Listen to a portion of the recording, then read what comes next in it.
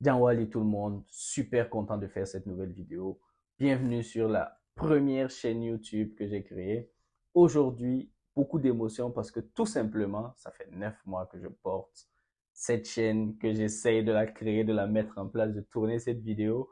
Et donc, c'est mon bébé que je viens vous présenter, alors soyez gentils avec lui.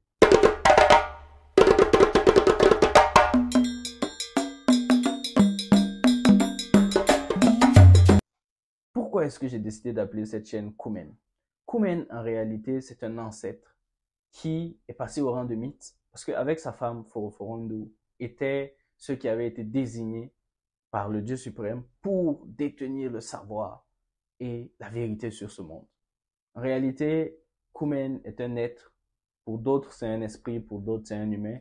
C'est un être qui est destiné à être suivi parce que de par son savoir, nous autres êtres humains lambda n'atteignerons jamais son niveau.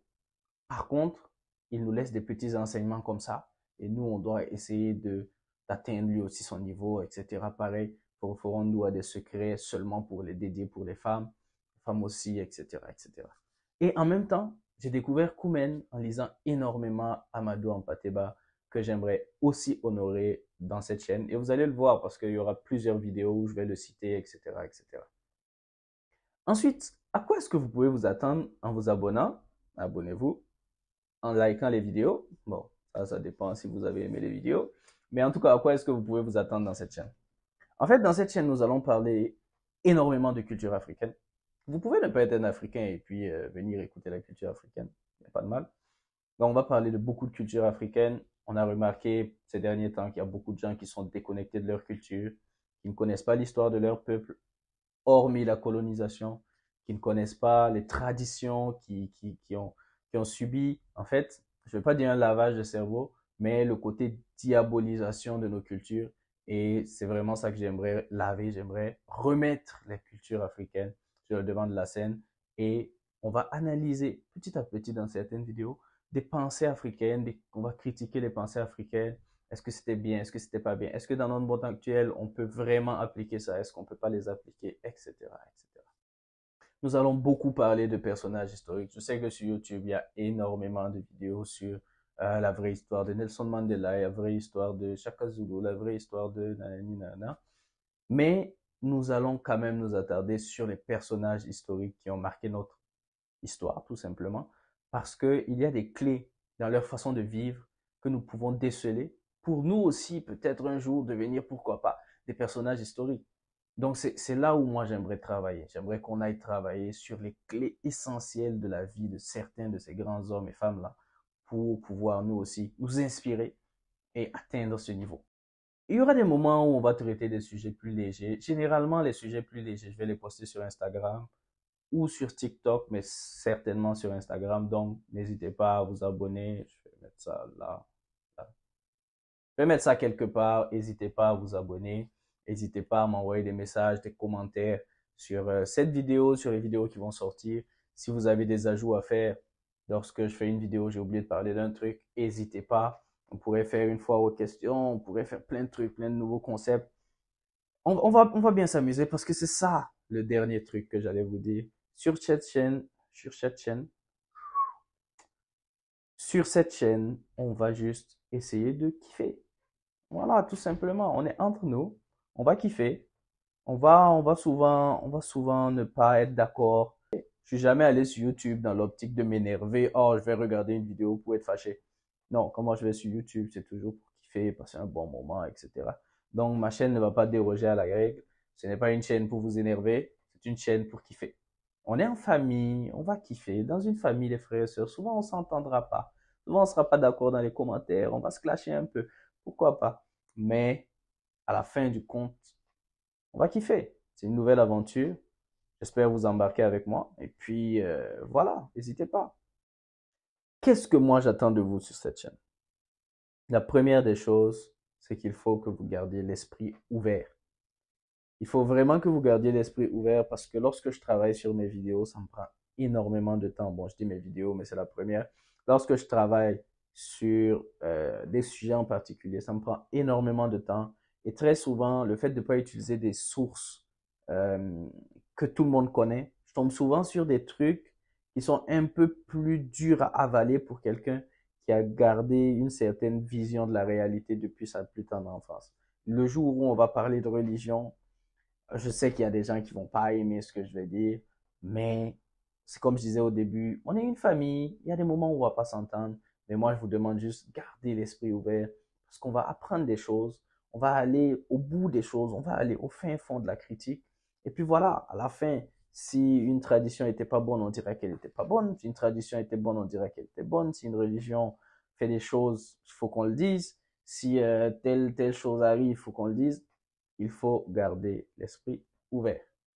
Autre chose, c'est que moi, je ne suis pas un homme de l'audiovisuel. J'ai jamais fait ça. Donc, par rapport à tout ce qui est montage, bruitage, effets spéciaux, etc., ne me jetez pas la pierre, voyez-moi comme un petit frère. c'est mon max là. Là, je suis au max des effets spéciaux. Mais par contre, si vous vous abonnez massivement, que vous likez, vous partagez, j'ai un ami qui est un peu un bénévole en réalité pour moi, très très gentil, qui m'aide à monter les vidéos, qui m'aide à mettre l'éclairage, qui m'aide à faire un peu tout ça. Et donc, si vous vous abonnez massivement et que vous êtes content de son travail, que vous lui écrivez dans les commentaires, ah merci pour ci ou ça, peut-être qu'on pourra acheter des logiciels pro, on pourra commencer à... Hein? Abonnez-vous. Pour finir cette vidéo, je vais vous parler très très rapidement de mon objectif. En fait, là, on va être un peu plus sérieux parce que mon objectif, c'est comme je vous le disais, j'ai vraiment l'impression que beaucoup de jeunes sont complètement déconnectés de la réalité, complètement déconnectés de leur culture, leur tradition. Ils savent pas comment fonctionnait avant nos ancêtres. Ils commencent à être occidentalisés, mais à un point qui est beaucoup trop grand. Il y a des gens qui ne connaissent pas certains pays d'Afrique mieux que des pays d'Europe. Et c'est des Africains, et je trouve ça vraiment aberrant. Et donc, et donc, il y a plein de petites choses comme ça, plein de petites tares de la société africaine, des Africains en général, la façon dont on se comporte l'un envers l'autre, etc., que je trouve vraiment, il faut qu'on gère. Il faut qu'on gère ça, et pour gérer ça, il faut apprendre à connaître les autres.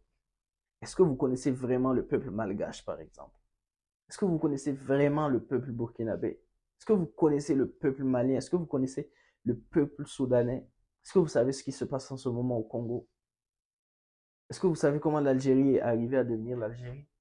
Nous devons arrêter la balkanisation de nos terres. Il n'y a pas d'Afrique subsaharienne, machin. Le Sahara n'est pas un mur. Le Sahara, c'est une zone. Il y a des gens qui vivent dedans. On ne peut pas dire sub-Sahara, machin.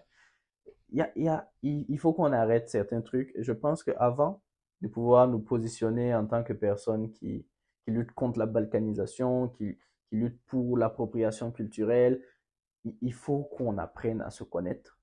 C'est dans ce but-là que je suis là aujourd'hui.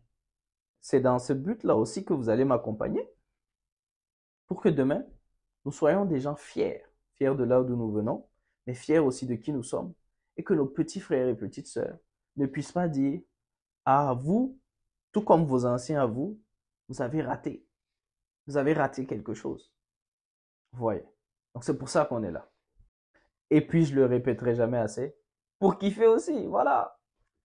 Donc pour récapituler, cette vidéo, c'était juste pour vous dire coucou, pour vous dire que je suis là. Abonnez-vous, voilà, partagez la vidéo. Allez regarder la prochaine vidéo qui va sortir. N'hésitez pas à laisser plein de commentaires parce que ça, c'est vraiment important qu'on puisse discuter des sujets qui sont là. S'il le faut, on finira par créer un groupe Telegram ou quelque chose comme ça pour avoir des discussions plus personnelles. Et voilà. Donc, merci beaucoup et à tantôt les gens.